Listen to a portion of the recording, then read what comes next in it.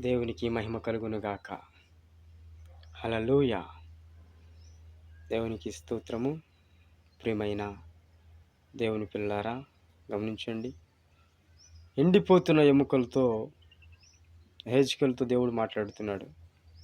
ఓ హెజ్కేలు, ఎండిపోయిన ఎముకలు బ్రతకగలవా? ప్రభువా యెహోవా, అది నీకే తెలియను. ప్రభువా యెహోవా, అది నాకెలా తెలుస్తుందయ్యా? అవి చూడటానికి ఎండిపోయినాయి, వాటిలో జీవం లేదు. కానీ ప్రభువా, అది నీకు తెలుసయ్యా. వాటి స్థితి నీకు తెలుసు, వాటి పరిస్థితి నీకు తెలుసు అని ఆయన మాట్లాడుతున్నప్పుడు, అయితే యెహోవా ఆయన అంటున్నాడు, ఎండిపోయిన ఎముకలు బ్రతకాలి అంటే, ఓ ఎండిపోయిన ఎముకలారా, యెహోవా మాట ఆలకించుడి అని వాటితో మాట్లాడు. యెహోవా నామములో ప్రవచించు, అవి బ్రతుకుతాయి. పిల్లారా, గమనించండి. ఈరోజు మనుషులందరూ ఎండిపోయిన ఎముకల్లా మిగిలిపోయారు. తన ఆత్మీయ జీవితంలో ఎండిపోతున్నారు.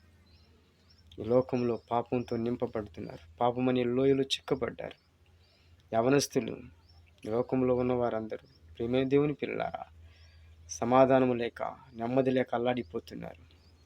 వారితో దేవుడు అంటున్నాడు, యెహోవా మాట ఆలకించుడి, మీరు తిరిగి బ్రతుకుతారు, తిరిగి మీరు జీవాన్ని పొందుతారు. యెహోవా మాట ఆలకించండి అని ఆయన మాట్లాడుతున్నాడు. దేవునికి మహిమ కలుగును గాక.